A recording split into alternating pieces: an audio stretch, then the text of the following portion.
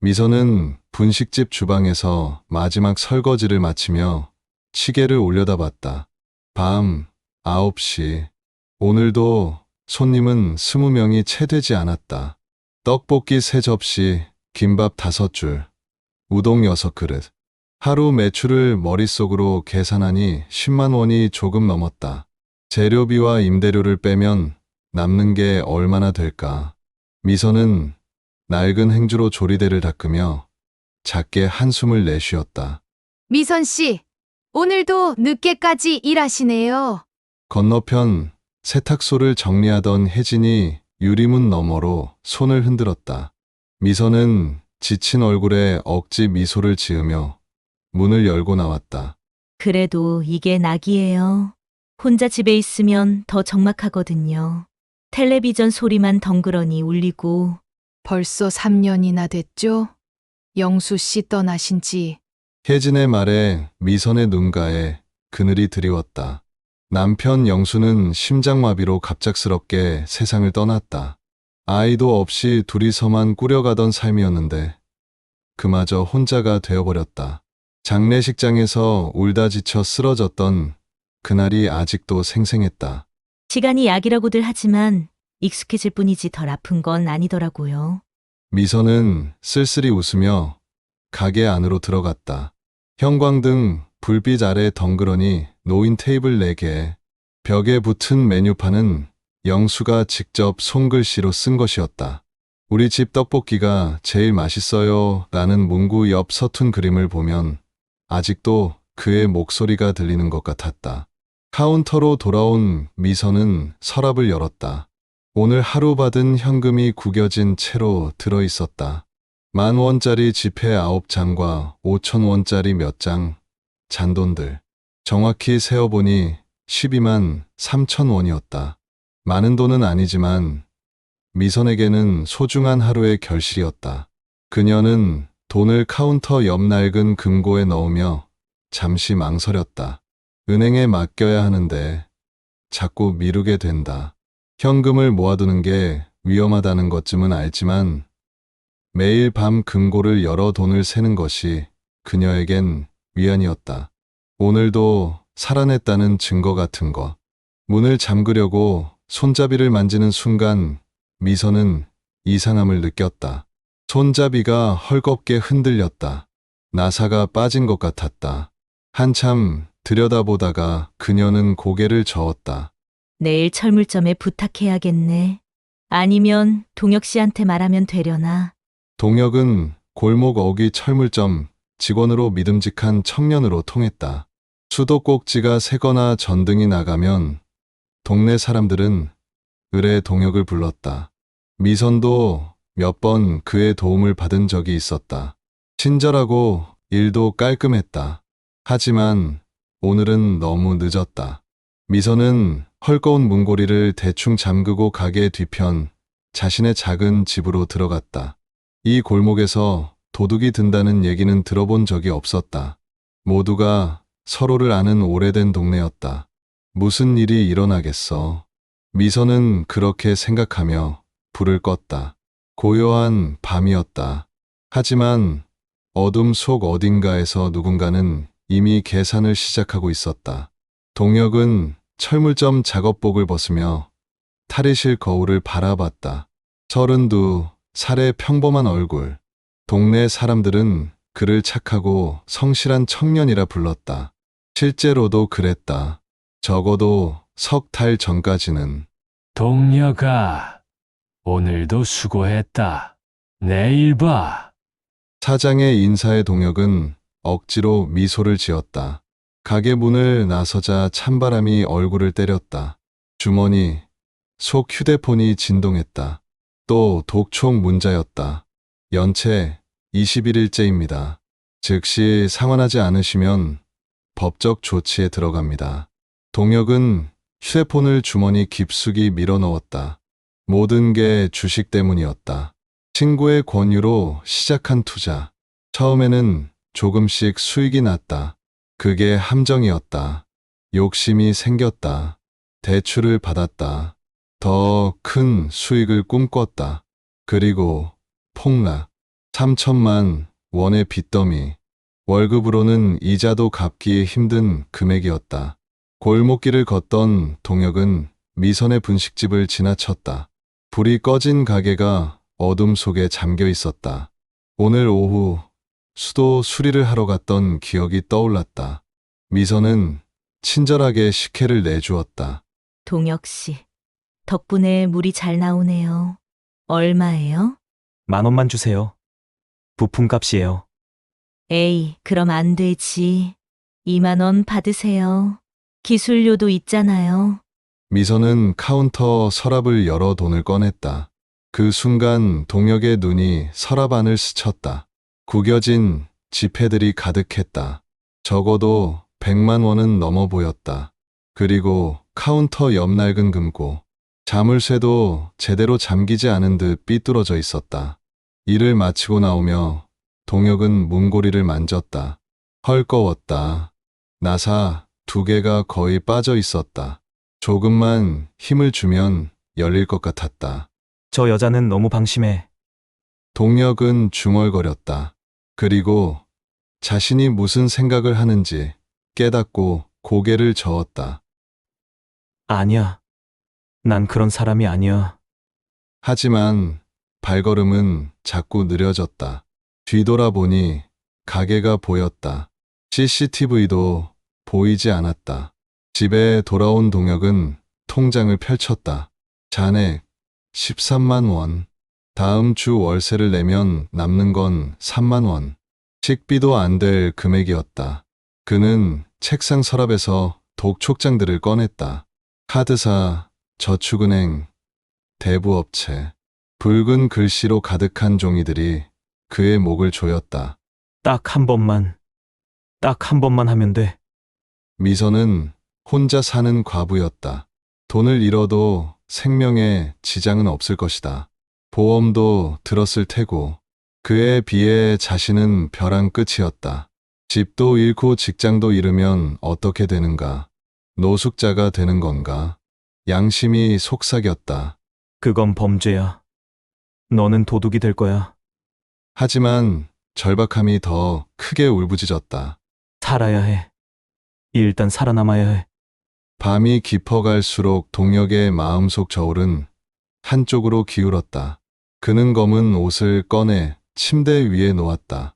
서랍에서 작은 접이식 칼을 꺼냈다. 캠핑용으로 산 것이었다. 혹시 모를 상황을 대비해서였다. 만약 누가 있으면 위협만 하고 도망가면 된다. 아무도 다치지 않을 것이다. 동혁은 거울 속 자신을 바라봤다. 낯선 얼굴이었다. 이게 정말 나인가? 하지만 선택은 이미 끝났다. 그는 시계를 보았다. 자정까지 3시간. 충분한 시간이었다. 한편 골목 건너편 단칸방에서 재운도 같은 생각에 잠겨 있었다. 그 역시 미선의 가게를 노리고 있었다. 우연은 때로 잔인했다. 자정이 지난 골목은 고요했다. 가로등 불빛만이 아스팔트 위에 희미한 그림자를 드리웠다. 재우는 검은 모자를 깊게 눌러쓰고 골목 입구에 섰다. 심장이 미친 듯이 뛰었다. 한 달 전 이 동네로 이사 온 이후 그는 단 하루도 제대로 잠을 자지 못했다. 실직한 지 6개월. 면접은 번번이 떨어졌다. 나이는 37. 경력은 불안정. 저축은 바다. 며칠 전 편의점에서 컵라면을 훔치다 걸릴 뻔했다. 그때 우연히 들은 동네 아줌마들의 대화. 미선이 그 집 혼자 사는데 현금을 엄청 모아둔대. 에이, 요즘 누가 현금을 집에 둬? 위험하잖아. 진짜래. 은행 가기 귀찮다고 금고에 넣어둔다던데. 재우는 그 말을 잊을 수 없었다. 처음엔 흘려들었다. 하지만 통장 잔액이 2,000원으로 줄어들자 생각이 바뀌었다. 살아야 한다. 어떻게든. 그는 분식집으로 조심스럽게 다가갔다. 주변을 살폈다. 인기척이 없었다. 문고리를 잡았다. 예상대로 헐거웠다. 살짝 힘을 주자 덜컹 소리와 함께 문이 열렸다. 너무 쉬웠다. 오히려 불안했다. 재우는 안으로 들어섰다. 어둠 속에서 카운터가 희미하게 보였다. 휴대폰 손전등을 켰다. 금고가 보였다. 손을 뻗는 순간 뒤에서 인기척이 들렸다. 누구야? 재우는 화들짝 놀라 뒤돌아봤다. 어둠 속에서 또 다른 사람이 서 있었다. 동혁이었다. 똑같이 검은 옷을 입고 모자를 눌러쓴 남자. 당신은 왜 여기 있어? 동혁도 당황한 표정이었다. 두 도둑이 같은 시간 같은 장소에 나타난 것이다. 잠시 정적이 흘렀다. 서로를 노려보는 눈빛에 경계심이 가득했다. 나한테 말할 자격 있어? 당신도 훔치러 온 거잖아. 재훈이 먼저 말했다. 동혁은 이를 악물었다. 계획이 틀어졌다. 혼자 조용히 끝낼 생각이었는데 목격자가 생겼다. 아니, 공범이 생긴 것인가? 우리 둘이 나눠 가지면 되잖아. 조용히 하고 나가자. 동혁이 제안했다. 하지만 재훈은 고개를 저었다. 안 돼. 나 혼자 가져갈 거야. 나는 진짜 급해. 당장 내일 쫓겨날 판이라고. 나도 마찬가지야. 빚쟁이들이 날 찾아다녀. 이번 주 안에 돈을 안 갚으면 목소리가 커졌다. 재훈이 동혁을 밀쳤다. 그건 내가 알바 아니야. 나한테서 떨어져. 동혁도 밀쳐냈다. 두 사람은 서로를 붙잡고 몸싸움을 시작했다. 테이블이 넘어지고 의자가 바닥에 쓰러졌다. 요란한 소리가 골목에 울려 퍼졌다. 놔. 이 새끼야? 재훈이 동혁의 멱살을 잡았다. 동혁은 균형을 잃고 비틀거렸다. 순간 그의 손이 주머니로 갔다. 접이식 칼이 만져졌다. 위협만 하려던 것이었다. 그냥 겁만 주고 도망가려고 했다. 하지만 공포와 분노가 뒤섞인 순간 손이 먼저 움직였다. 칼이 펼쳐지며 어둠 속에서 차가운 금속이 번뜩였다. 으악! 재훈의 비명이 터졌다. 그는 어깨를 움켜쥐고 바닥에 쓰러졌다. 붉은 피가 손가락 사이로 흘러나왔다. 동혁은 손에 든 칼을 보며 얼어붙었다. 피가 묻어 있었다. 아니, 나는 그냥 위협만. 동혁의 목소리가 떨렸다. 재훈은 신음하며 바닥을 기어갔다. 어둠 속에서 두 남자의 거친 숨소리만 들렸다. 그때 건너편 세탁소에서 불이 켜졌다. 혜진이 소음을 듣고 깨어난 것이었다. 창문 너머로 분식집을 본 그녀는 비명을 질렀다. 저기, 사람이 쓰러져 있어요. 누가 좀 도와주세요. 골목에 비상벨이 울리기 시작했다. 동혁은 패닉 상태로 구석에 웅크렸고 재훈은 피를 흘리며 신음했다. 범죄는 이렇게 허무하게 끝났다. 사이렌 소리가 골목을 가득 채웠다. 파란 불빛이 유리창에 반사되며 어둠을 갈랐다. 경찰차 2대와 구급차 1대가 급히 도착했다. 혜진의 신고를 받고 출동한 것이었다. 환자 상태 확인. 빨리! 구급대원들이 재훈에게 달려갔다. 그는 어깨에서 피를 흘리며 의식이 흐릿했다. 얼굴은 창백했고 식은땀이 흘렀다. 관통상은 아닙니다. 출혈이 심하지만 생명에는 지장 없어요. 좋아. 일단 병원으로 이송해. 경찰관들은 가게 안으로 들어섰다. 동혁은 구석에 웅크린 채 벌벌 떨고 있었다. 손에 든 칼은 이미 바닥에 떨어져 있었다. 옷에도 핏자국이 묻어 있었다. 손 들어. 움직이지 마. 저는 그냥 동혁은 말을 잇지 못했다. 경찰관이 그의 손을 뒤로 돌려 수갑을 채웠다. 차가운 금속이 손목을 조였다. 동혁은 현실을 깨달았다. 돌이킬 수 없었다. 뭐 하던 거야? 대답해. 저 사람이 먼저 들어와서 전 그냥 막으려고. 막으려고 칼을 꺼냈어? 너도 침입자잖아. 날카로운 질문에 동혁은 입을 다물었다. 변명의 여지는 없었다. 그는 도둑이었고 상해를 입힌 가해자였다. 일단둘 다 연행한다. 현장 보존하고 증거 수집 시작해. 미선은 혜진의 전화를 받고 급히 달려왔다. 가게 앞 경찰차들을 보며 그녀는 다리에 힘이 풀렸다. 무슨 일이에요? 우리 가게에 무슨 일이? 미선 씨, 진정하세요. 침입자 2명이 있었어요. 다행히 큰 피해는 없어요. 미선은 가게 안을 둘러봤다. 넘어진 테이블과 의자들, 바닥에 핏자국, 열린 카운터 서랍, 현금은 그대로였다. 아무것도 훔쳐가지 못했다. 저 사람들은 누구예요? 조사해봐야 합니다. 진원 확인 중입니다. 경찰서로 연행된 동혁과 재우는 각각 조사실에 앉았다. 재우는 병원에서 응급처치를 받고 왔다. 어깨에 붕대가 감겨 있었다. 이름이? 박재훈입니다. 직업은? 무직입니다. 재우는 모든 것을 자백했다. 돈이 필요했다는 것, 미선 가게에 현금이 많다는 소문을 들었다는 것, 문고리가 헐거운 것을 확인했다는 것, 그리고 오늘 밤 침입했다는 것. 그럼 저 남자는? 모릅니다. 처음 봤어요. 가게 안에서 마주쳤습니다. 옆 조사실에서 동혁도 비슷한 진술을 했다. 하지만 그는 한 가지를 더 인정해야 했다. 칼로 재훈을 찌른 사실. 정당방위였습니다. 저 사람이 먼저 덤볐어요. 당신도 침입자였잖아요. 정당방위가 성립될 리 없어요. 경찰관은 냉정했다. 다음 날 아침, 미선은 경찰서에서 CCTV 영상을 보게 되었다. 가로등에 달린 방범 카메라가 골목을 비추고 있었다. 영상은 모든 것을 담고 있었다. 먼저 재훈이 조심스럽게 다가와 문을 여는 장면. 5분 후 동혁이 같은 방식으로 들어가는 장면. 그리고 안에서 들리는 소음과 비명. 두 사람 모두 명백한 침입자네요. 하나는 절도미수, 하나는 강도상해.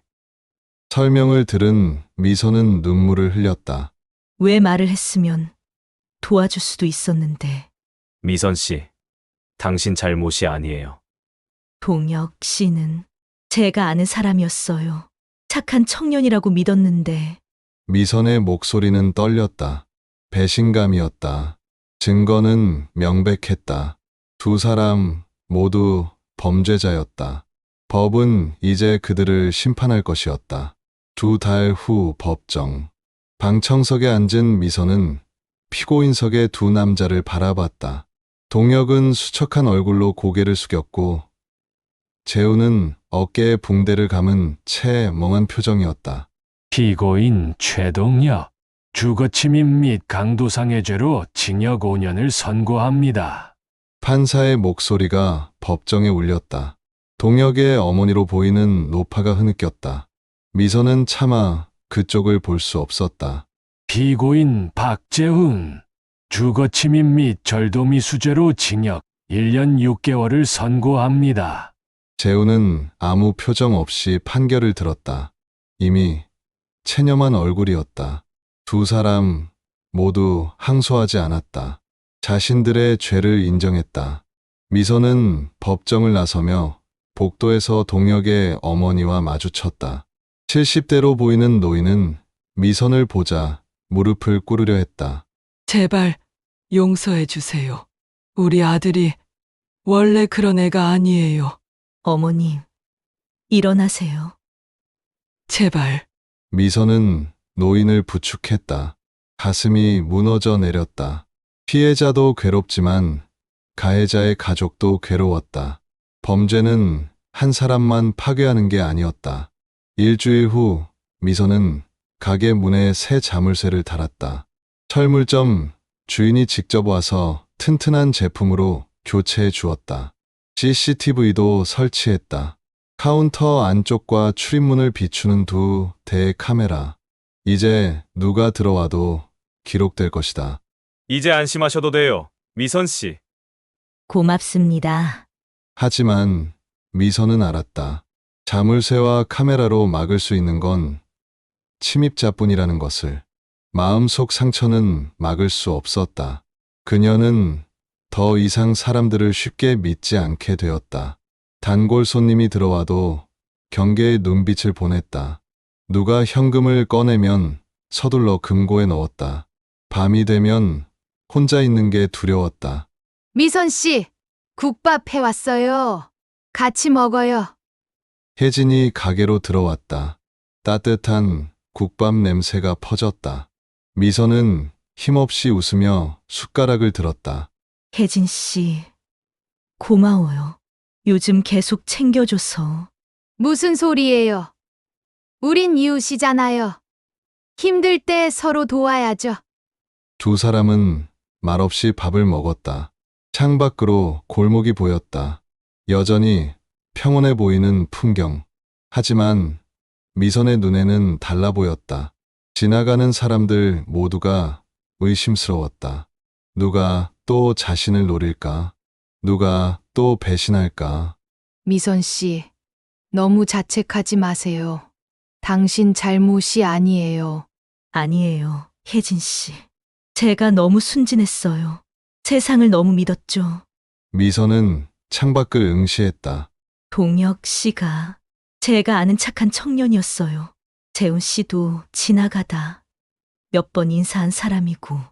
그런 사람들도 결국 가난이 사람을 바꾼 거예요. 절망이 괴물을 만든 거죠. 혜진의 말에 미선은 고개를 끄덕였다. 그녀는 이제 알았다. 선과 악은 명확히 나뉘지 않는다는 것을. 평범한 사람도 벼랑 끝에 서면 범죄자가 될 수 있다는 것을. 그리고 피해자는 영원히 그 상처를 안고 산다는 것을. 그래도 살아야죠. 여보가 하늘에서 보고 있을 텐데 포기할 수 없어요. 미선은 카운터 서랍에서 낡은 사진 한 장을 꺼냈다. 남편 영수와 함께 찍은 가게 개업 사진. 젊은 두 사람이 환하게 웃고 있었다. 여보, 세상이 많이 변했죠? 아니면 원래 이랬는데 제가 몰랐던 걸까요? 미선은 사진을 쓰다듬으며 중얼거렸다. 그날 밤 미선은 가게 정리를 마치고 새 자물쇠를 3번 확인했다. CCTV 작동 여부도 점검했다. 그리고 뒤편 자신의 방으로 들어갔다. 침대 옆 작은 재단에 영수의 사진이 놓여 있었다. 여보, 이 세상 참 복잡하죠? 믿었던 사람이 도둑이 되고 선한 사람이 악한 짓을 하고. 하지만 그래도 살아야겠죠. 당신이 남겨준 이 가게 지켜야죠. 창밖으로 골목에 불빛이 보였다. 고요한 밤. 하지만 미선에게 고요함은 더 이상 평화가 아니었다. 경계와 두려움의 시간이었다. 가게의 불은 새벽까지 꺼지지 않았다. 잠들지 못하는 밤이 또 시작되었다.